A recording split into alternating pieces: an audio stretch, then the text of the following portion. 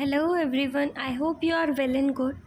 Today we will be studying about methods of data collection. Data collect कैसे किया जाता है उसके बारे में हम पढ़ेंगे. What is data collection? Data collection is the process of gathering information from various sources to answer research question. Research questions को answer करने के लिए जिस सोर्स से हम इंफॉर्मेशन कलेक्ट करते हैं उसको डेटा कलेक्शन बोलते हैं.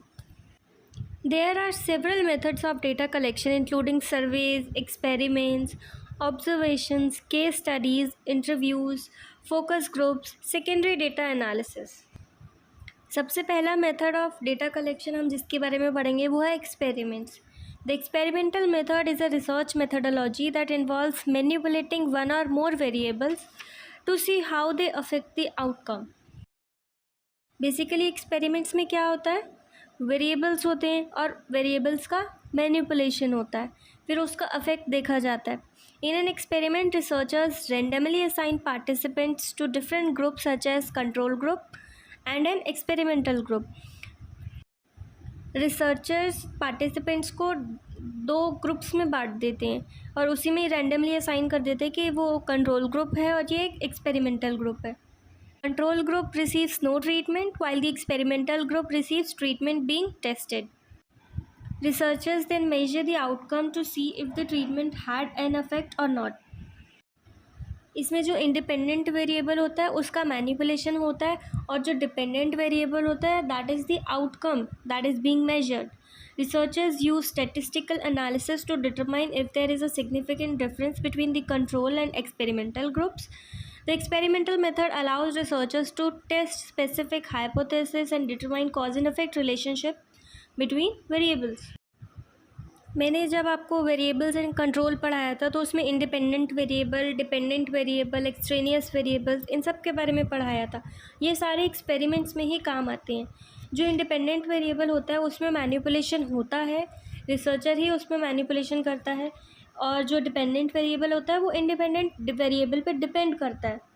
और एक्सट्रेनियस वेरिएबल क्या होता है, इट में directly affect the dependent variable और में combine with the independent variable to produce an effect. Researchers statistical analysis use करते हैं ये डिटरमाइन करने के लिए कि कोई भी सिग्निफिकेंट डिफरेंस आया है कंट्रोल और एक्सपेरिमेंटल ग्रुप्स में या नहीं आया है. हाइपोथेसिस को टेस्ट किया जाता है, कॉज और अफेक्ट रिलेशनशिप पढ़ी जाती है between the variables. It also allows for control over extraneous variables that could affect the outcome. Extraneous variables पे भी हमारा कंट्रोल रहता है. However the experimental method may not reflect real world situations and it may be difficult to generalise the results to other populations. और तो और इसमें ethical concerns भी आ जाते हैं कि if participants are expose to potentially harmful treatments. Overall, the experimental method is a powerful tool for researchers to test hypotheses and determine cause and effect relationship. Cause and effect relationship को पढ़ने के लिए और hypothesis को test करने के लिए it is important to carefully design experiments to minimize extraneous variables and ensure that the results are valid and reliable. Another method of data collection is interview. What is interview? It involves asking open-ended questions. Open-ended questions पूछना to gather detailed information about a person's experiences, thoughts और feelings. Open-ended questions क्या होते हैं, जिसमें हम respondents को allow करते हैं कि वो अपने शब्दों में आंसर दें. We do not give them the set of answer choices. They are allowed to answer in their own words. Interviews are typically conducted in person, over the phone or via a video conferencing software. Interviews can either be structured, semi-structured or unstructured. Structured interviews कौन से होती हैं? That involves asking a set of predetermined questions. जो पहले से ही questions बनाए गए हैं वही पूछ लेना. While the unstructured interviews allow for more flexibility and spontaneity. और सेमी स्ट्रक्चर्ड क्या आते हैं, वो स्ट्रक्चर्ड और अनस्ट्रक्चर्ड दोनों का एक बैलेंस होता है. The interviewer should ask open ended questions that allow the interviewee to provide detailed responses. Open ended questions पूछने चाहिए इंटरव्यूअर को इंटरव्यूई से ताकि वो डिटेल्ड रिस्पॉन्स दे सके. The interviewer should establish rapport with the interviewee to help them feel comfortable and willing to share information. इतनी repo उनको बनानी पड़ेगी कि इंटरव्यूई उनके आंसर्स देने को कंफर्टेबल फील करे, वो विलिंगली शेयर करे information. The interviewer should actively listen to the interviewee and ask follow-up questions to clarify or expand on their responses. Interviewer should take detailed notes or record the interview for later analysis. जो भी interviewer है, जो interview ले रहा है, उसको detailed information अपने पास gather कर लेनी चाहिए ताकि वो बाद में उसको एनालाइज कर सके. The interview method allows researchers to gather rich detailed information about a person's experiences, thoughts or feelings.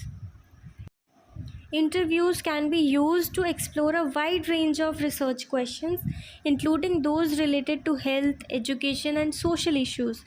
Interviews से हमें बहुत सारी information मिल सकती है, detailed वो भी, and it can be related to health, education and social issues as well. However जो interview method है ये बहुत टाइम कंज्यूमिंग भी है, टाइम लेता है एक एक पर्सन का इंटरव्यू लेना. That definitely takes time and may not be feasible for large sample sizes. Additionally the interview method is subject to interviewer biases भी हो सकते हैं which can definitely affect the accuracy and reliability of the results. देखो next method है data collection का observation.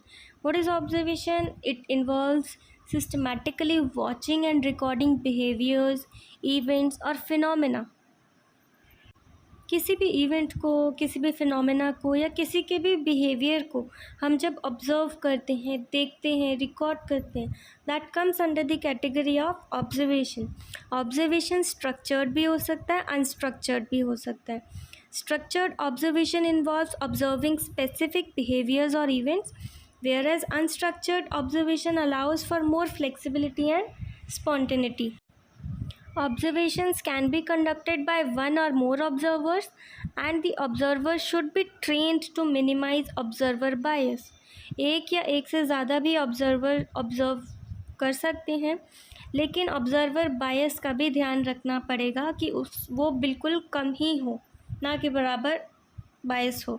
Observations can be conducted in person or remotely using video और audio recording equipment. Observations हमारी participant और non participant दोनों होती है. Participant observation में क्या होता है कि जो ऑब्जर्वर है वो ग्रुप जिसको ऑब्जर्व कर रहा है उसका पार्ट होता है. Whereas while in non participant observation the observer remains separate from the group being observed. हमारी जो ऑब्जर्वेशन है वो ओवर्ट भी हो सकती है और कोवर्ट भी हो सकती है. ओवर्ट ऑब्जर्वेशन क्या होता है कि जिस ग्रुप का ऑब्जर्वेशन हो रहा है उन्हें ऑब्जर्वर की प्रेजेंस का पता है कि वो ऑब्ज़र्व कर रहे हैं हमें. Whereas in covert observation the group is being observed is not aware of the observer's presence. जिस भी ग्रुप का ऑब्जर्वेशन हो रहा है उन्हें मालूम नहीं होता है कि हमारा ऑब्जर्वेशन हो रहा है. Observations can be used to explore a wide range of research questions, including those related to social, cultural, and organizational context. However, the observation method can be time-consuming. ये भी time-consuming method है and may not be feasible for large sample sizes. Additionally, the observation method is subject to observer bias, which definitely can affect the accuracy and reliability of the results. Structured और unstructured observation के बारे में मैं आपको थोड़ा सा और बता देती हूँ. जो स्ट्रक्चर्ड ऑब्जर्वेशन है उसको कंट्रोल्ड ऑब्जर्वेशन भी बोलते हैं. क्यों? क्योंकि that is carried out in a laboratory. Psychology की लेबोरेटरी में ये कैरी आउट की जाती है. The researcher decides where the observation will take place, कि ऑब्जर्वेशन कहाँ पर होगी, कितने बजे होगी, कौन कौन से पार्टिसिपेंट्स होंगे, क्या वेरिएबल्स होंगे, कितने सर्कमस्टांसेस मतलब कैसे सर्कमस्टांसेस रहेंगे और कौन से स्टैंडर्डाइज प्रोसीजर को यूज़ किया जा रहा है. ये सब चीज़ें रिसर्चर के हाथ में होती है. The researcher systematically classifies the behaviour they observe. जो भी ऑब्जर्व कर रहे हैं बिहेवियर को उसको डिस्टिंक्ट कैटेगरीज़ में क्लासीफाई कर देता है उस बिहेवियर को रिसर्चर. चाहे वो कोडिंग भी इन्वॉल्व कर सकता है नंबर्स या लेटर्स के थ्रू, या फिर किसी करेक्टरिस्टिक्स को डिस्क्राइब करता है, या कोई पर्टिकुलर स्केल यूज़ किया जाता है बिहेवियर की इंटेंसिटी को मेजर करने के लिए। The categories on the schedule are coded so that data collected can be easily counted and turned into statistics.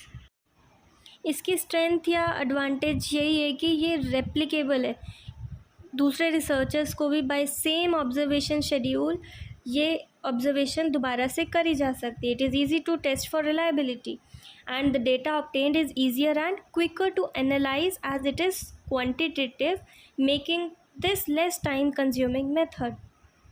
इसकी एक लिमिटेशन भी है क्या कि ये वैलिडिटी में लैक करती है। क्यों? क्योंकि बहुत सारी कैरेक्टरिस्टिक्स डिमांड करती है।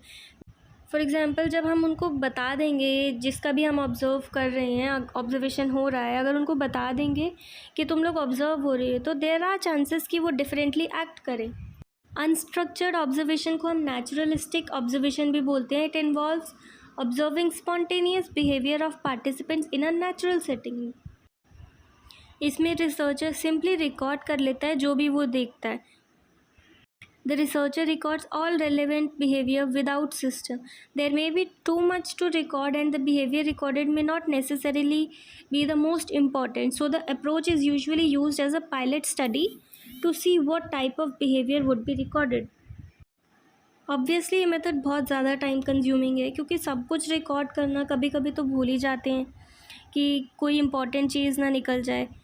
ऑल्दो ये फर्स्ट हैंड इंफॉर्मेशन है और रियलिस्टिक है, लेकिन जो रिकॉर्डिंग है that might be too much, जो ज़रूरी भी नहीं है वो भी रिकॉर्ड हो जाएगा। इसकी लिमिटेशन क्या है? These observations are often conducted on a micro scale and may lack a representative sample. Moreover ये रेप्लिकेबल भी नहीं है और ये लेस रिलायबल है, क्योंकि इसमें वेरिएबल्स को कंट्रोल नहीं किया जा सकता। We do not have manipulations of variables which needs cause and effect relationships can not be established, and for doing this we need trained professionals. Next method of data collection is questionnaire. It involves the use of a set of standardized questions to collect information from a sample of individuals. इसमें questions पूछे जाते हैं और जो questions है वो open ended भी हो सकते हैं और close ended भी हो सकते हैं. Open ended questions allows the respondent to provide their own answer, whereas close ended questions have predetermined set of response options. It can be administered in person. By हम पर्सनली पर्सन से बात करके भी questions पूछ सकते हैं, या फिर मेल से, इधर ऑनलाइन और over the phone call. Moreover it can be used to collect data from a large sample of individuals, making it possible to generalise the result to a larger population. However questionnaire method is subject to response bias. Response bias होने के chances बहुत होते हैं, जिसमें क्या होता है कि जो रिस्पोंडेंट्स हैं वो या तो इनएक्यूरेट आंसर प्रोवाइड करें या फिर कोई भी इनकम्प्लीट इन्फॉर्मेशन दें. जो भी रिस्पॉन्स मिल रहा है हमें वो ठीक से ना मिले, इनकम्प्लीट मिले, या वो रिस्पॉन्ड ही ना करे, तो रिस्पॉन्स बायस आता है. To minimise response bias, researchers can use technique such as random sampling, pilot testing and careful question design to ensure that the questionnaire is valid as well as reliable. Fifth method, or the last method which we'll be discussing of data collection, is sociometry. See, the word sociometry comes from a Latin word socius, which means partner, friend, companion, and metrum, which means to measure. Basically, sociometry is a way of measuring the degree of relatedness among people. It is a methodology for tracking the energy vectors of interpersonal relationships in a group. Degree of relatedness, कि वो कितना related है, interpersonal relationships के बारे में track रखना, उसको major करना, ये सोशियोमेट्री करता है. It is a quantitative method for measuring social relationships. Social relationships को क्वांटिटेटिवली मेजर करना is refer to as sociometry. I hope आपको सारे मेथड्स डेटा कलेक्शन के समझ में आ गए होंगे. अगर आपको वीडियो अच्छा लगा हो तो please like, share and subscribe. Thank you so much. Bye bye. Take care. Keep learning.